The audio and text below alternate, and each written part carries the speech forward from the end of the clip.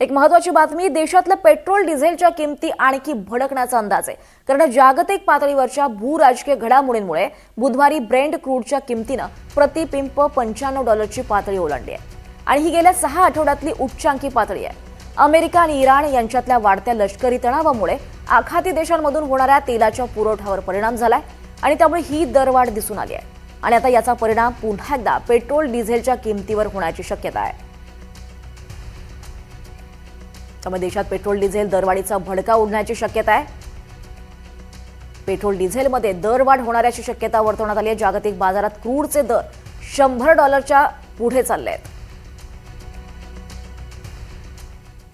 यानंतर पुन्हा एकदा बातम्यांचा वेगवान आढावा घेऊयात.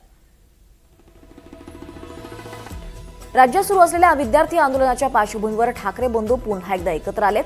विद्यार्थ्यांच्या प्रश्नांसह वेगवेगळ्या मुद्द्यांवर भूमिका मांडण्यासाठी राज ठाकरे आणि उद्धव ठाकरे 26 जुलैला संयुक्त मोर्चा काढणार आहेत. राज्यातलं राजकीय वातावरण तापलंय. विद्यार्थी संघटनाही आंदोलनाकडे आशेनं पाहतायत.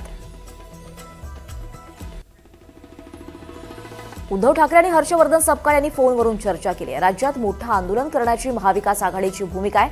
24 जुलैला उद्धव ठाकरे आणि हर्षवर्धन सपकाळ यांच्यात बैठक होणार आहे. उद्धव ठाकरे आणि राहुल गांधी यांच्यात देखील चर्चा झाल्याची माहिती आहे.